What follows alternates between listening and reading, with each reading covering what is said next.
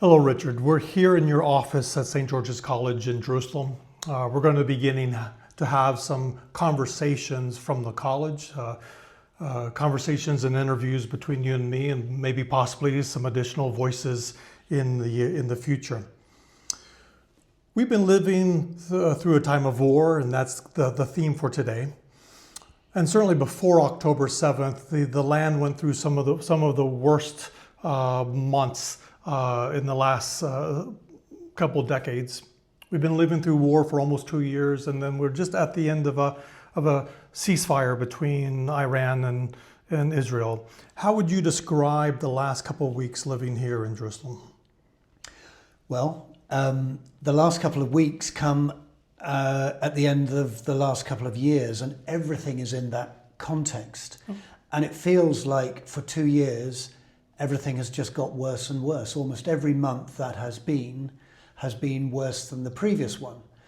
But it did feel a little bit like maybe there was a course to a more stable place until the conflict with Iran broke out. And then it was on a whole level worse than anything we'd experienced before, at least in that it was sustained every day for about 12 days. Yeah. And those times were, I think, for everybody across the entirety of the land, frightening, distressing, and really concerning for everybody.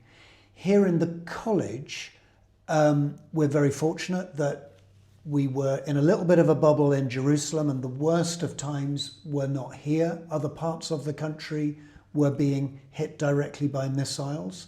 But many of those missiles were flying over us. And so we got missile warnings, we got pre-warning alerts on our phones. Our phones were going loudly with, all of us now learnt to have, important to have these. And when those happened, mostly we would go down to the college bomb shelter. So we are fortunate. Not everybody in the land has that facility of a safe place to go to. And although we did not feel that missiles were very likely to land on us or anywhere near us, it felt the right thing to do. And so 2, 3, 4 times a day, and often at night, you and I, along with all the other people living within the community of the close, would be down in that bomb shelter. And I think for all of us, it was distressing, concerning, actually very tiring because our sleep was mostly interrupted. A really, really hard time for us to endure. I know I have felt incredibly both privileged and safe over the last few months to be a part of community here at the college. And that community, and certainly there's a daytime community in terms of the Palestinian staff that come to go, and they're kind of a more permanent community, both you and myself as staff here, but some of the other foreign nationals or expats who live here. How is the Palestinian staff themselves, kind of the daytime people who come and go, residents both here in Jerusalem, some in the West Bank, how have they been getting on, both in terms of their movements and the hours they've been able to serve the college? Well, I think we've been able to maintain a sort of normality in the midst of a profoundly abnormal situation. And right from the very beginning, 2 years ago, last October 2023, I was really keen that we would keep the college open, unlike in COVID, when it was impossible. We were not permitted to have staff coming in.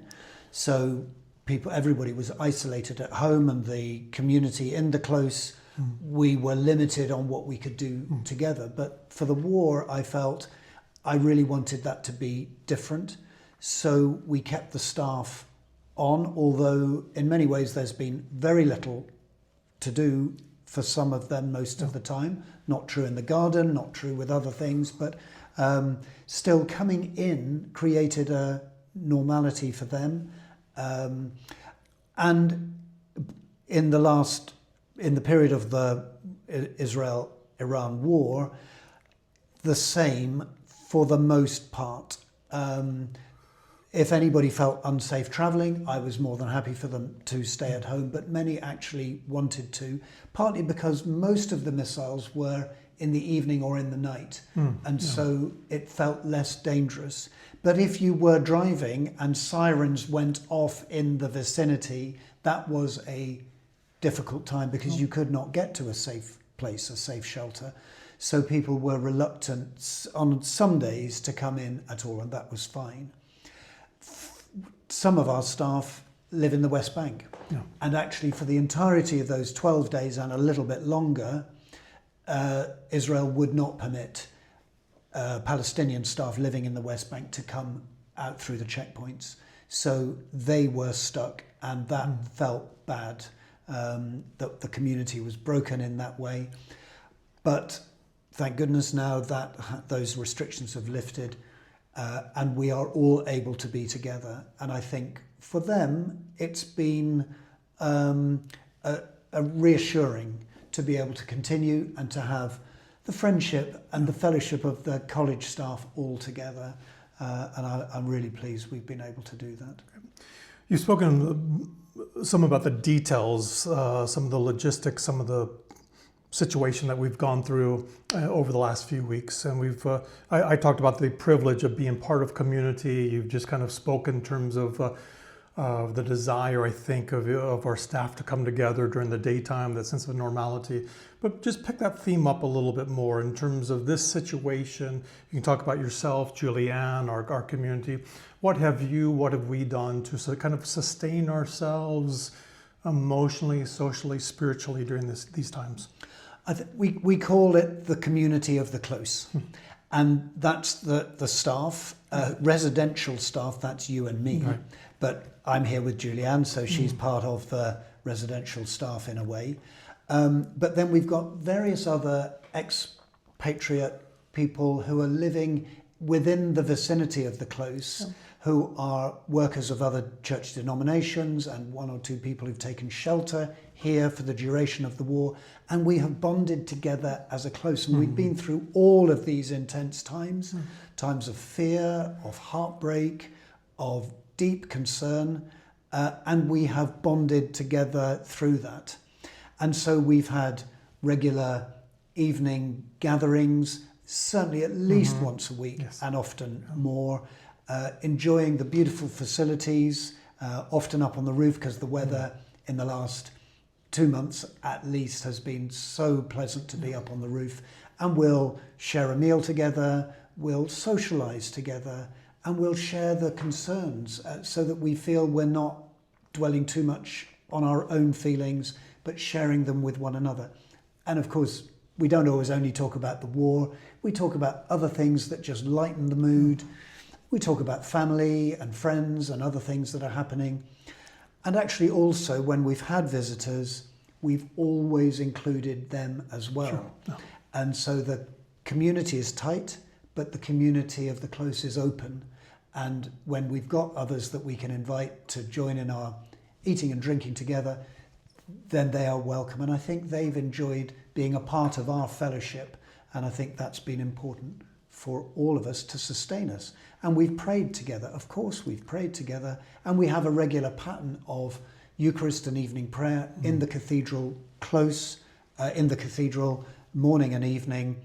And that's a sort of a column of support for each one of us in different sorts of ways. So we're a praying community, we are a community that cares for one another, and we're a community that gathers regularly to support one another. I mean, it was quite incredible, just that during the heart of those 12 days, we had visitors with us. It's a couple of dear friends that are connected to the college over the last decade or so. And we've certainly had people besides others just kind of staying at the college, short-term visitors, people you've shown around, people who, because a course wasn't on, one or two people came and kind of looked around Jerusalem themselves. Of course, the dynamics were different, whether it was kind of before the Iran situation, during Iran. Perhaps speak more to their experience, but I'm really wondering, what's it like now? And is it, like immediately or in the next couple of weeks, is it okay to come to Israel, Palestine? What does that feel like, let's just say, for an individual or somebody coming here on their own? Right now, today, Yeah. it's still very, very difficult because the whole of the country, the two countries, are designated as unsafe to travel for internationals. So insurance is difficult. Most of the airlines are not traveling. So that right now and this week, but that is in the process of changing, and by next week that could be a bit different. So I would say that we're in a situation of some uncertainty and jeopardy. But if somebody's really committed to coming and knows the land and is not wanting just to be a ordinary pilgrim or a tourist, I would say it may be possible next week, the week after, and certainly we hope and pray that it will be soon.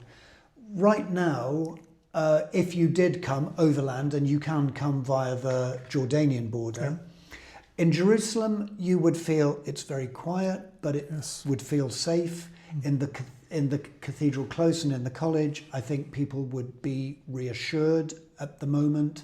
But I think it's not the best time to visit because there are restrictions on movement significantly in and out of the West Bank and in other parts of the country as we ease back into something which might feel a little bit more normal. And then having said that, Gaza is still a literal hell on earth, and none of us forget that for very long, an hour or so before our mind switches to the suffering in Gaza. And so for some people, coming while that is going on, and unbelievable suffering, starvation, lack of medical resources, bombings, killings every day, that is not normal, and that cannot be normal, and we don't want to normalize it. So for some people, coming and visiting this land while that's happening might still feel intolerable. And I would totally understand that. But on the other hand, I think coming and witnessing it so that you can go back and tell the stories, because you're going to get a flavor of it and breathe it in the air in a different way. If you're coming to witness to the realities of the land and to advocate, this is a good time to do it so that the world does not forget that Gaza is under the most unbelievable and intolerable suffering, and the world has let it go on. And our advocacy has been to say, no, it must stop, and stop soon, but we can't make that happen. Well, in this conversation, we're talking about just what it's been like living in a time of war. And of course, that does impact us as employees and the residents of the college. The next conversation we have, I want to ask more questions and have a conversation more about the future, the immediate future of the college, and how this context of the Israel-Palestine situation, some of the larger regional conflicts, how it will, you see it impacting kind of the short-term pathways of the college as we continue this series on conversations from the college.